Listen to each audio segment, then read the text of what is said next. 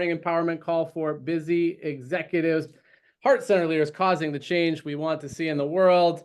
AM, I got your inquiry and I had to figure it out too with the audio. If anybody's not hearing the song in the morning, it's because Zoom has a new feature where at the top, you actually have to click on a different tab to hear the audio from someone who's sharing it. I had to figure that out. And unfortunately, I don't think it's a great addition to the Zoom technology because some people won't hear the actual vocals, but some people will. So if that's the challenge, you're not hearing the sound, you're hungry for the music, you may have to switch the tab if you're on the desktop version of Zoom, unfortunately. But I see Janine's out there exercising. Dawn looks like she may be exercising out in the world, hungry for a little exercise. And this week I have a string of topics. I'm actually delivering a sales training on Wednesday to a bunch of solar executives, and I gave them a list of topics. And the leader of the group, he said, a lot of young people come into the organization and they leave within a month. But what's on the other side of 5 months? If they were really hungry, like we want to deepen their hunger for growth, for learning, and for the discipline of sticking with what they sign up for. And so I said, that's interesting, because a lot of us, I think, like, ooh, there's something to get involved with. And then at some point, we lose the hunger potentially. Like, what makes us hungry? What are we hungry for? And as I led a training this past Friday, as anybody who tuned in Friday knew I was in New York, and I was leading a training on communication skills and brand. But as I looked and remember, I'm just hitting some buttons here that are popping up in front of me for recording and different things. As I experienced 84 young professionals in a room, people absorb training in different ways. They show up in different ways. They have different levels of what I would call hunger. And at the end of this, I was sharing it with AM before we got going this morning. We were giving out awards. And if you heard the squawking chicken on Friday, that was the top award. And I brought 5 people up to the front, and we had the audience vote on who was the MVP of the training from a participation and contribution perspective. And everybody voted. And this girl named Lizzie was the one who won the award. And AM said, well, it's good that everybody chose and participated. And I said, yeah. And then I asked the question to myself. I said, who would have I voted for?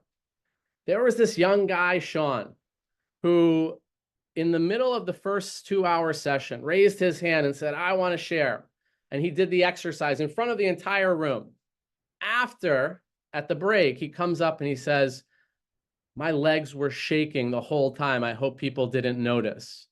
But he said, how did I do? What could I have done better? And I could tell that he was hungry for change. He was hungry to grow. He was hungry to learn more. And Holly and I stuck with him for a good half hour after the session ended, and we practiced with him. We taught him some things. We worked on his mindset. And then the second half came up, and there was another opportunity for him to step in, or anyone to step in. And he raised his hand again. He got up in front of the crowd, and he improved upon what he had done in the first half of the session. And so when I thought about this topic, hunger, like we all show up to things.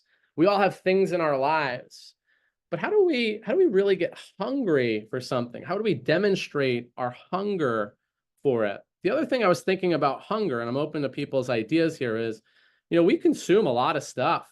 We consume social media, we consume lots of learning materials, and we could get hungry for potentially the things that don't make us healthy. Like if we're hungry for McDonald's 24/7, I don't know if that's the best thing to be putting into our body. But maybe we got conditioned at a young age to be hungry for things that actually don't serve our body, things that don't serve our mind. So as I'm thinking about hunger this morning, I'm just curious, like, what are people hungry for? That'll be the topic for the breakout room. But, let's go around. David Vogel, we don't get to see you on the Morning Rush all that often, but now, of course, yeah, all right, you don't know. But David, you and I spent some time together the past few weeks, and I'm open to your idea on this topic, but you occur to me as someone who's really hungry for your own growth.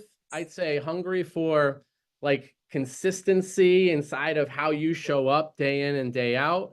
And it doesn't always go the same way. But what do you think about hunger? When I say hunger and being hungry, like what are you hungry for? Anything you would share?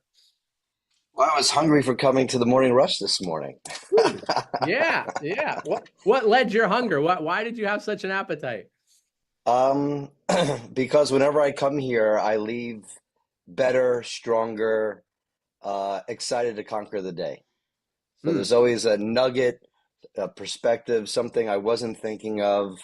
I saw the topics for this week. I wanted to jump in. Yeah, I don't know where hunger comes from. I mean, I do have a hunger. I mean, I have hunger for personal development. I'm always looking to get that 1% better, every day.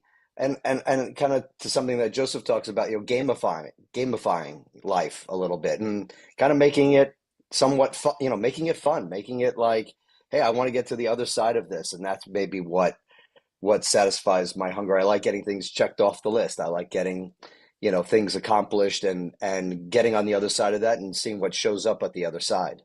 Because typically, especially you're talking about this guy who raised his hand, his legs were shaking. Like, I'm sure he's much more powerful now and feels much more confident on the other side of that than he did prior. So, what's on the other side for us? And that's, I guess, what my hunger is creating the best version of myself.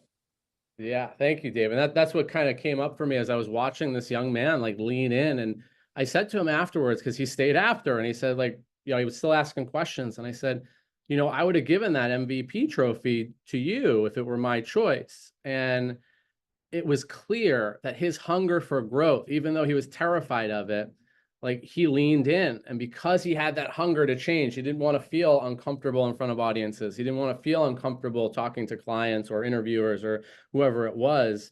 It was powerful. And when I thought about the word hunger, I don't know if anybody's listened to Les Brown from time to time, but he always said, like, I'm hungry. I'm hungry. And that was something that came up. So I asked ChatGPT what hunger was in terms of Les Brown. And he said, being hungry is about having a burning desire to achieve greatness. Les Brown, a renowned motivational speaker, often emphasizes the importance of hunger in his speeches. He believes that hunger is the key differentiator between those who succeed and those who do not. So with that, we're going to go into breakout rooms. AM, I saw you have your hand raised. What do you got for us this morning quickly before we Well, jump to a breakout? let's do it after the breakout. You can't tease us like that. One quick thought on this. What's coming up? It's very simple. For me, hunger is results. I'm hungry for results. And it's like a duck. When you look at the duck in the water, it looks like it's smooth sailing. But if you go below the water, you could see it pedaling so fast, you can't even notice it. That's what hunger is. I got a little purple duck for you, AM, next time I see you. Here it is. Yeah, my lacrosse coach used to say, be like a duck out there, calm and cool on the surface, but underneath you're pedaling pretty fast.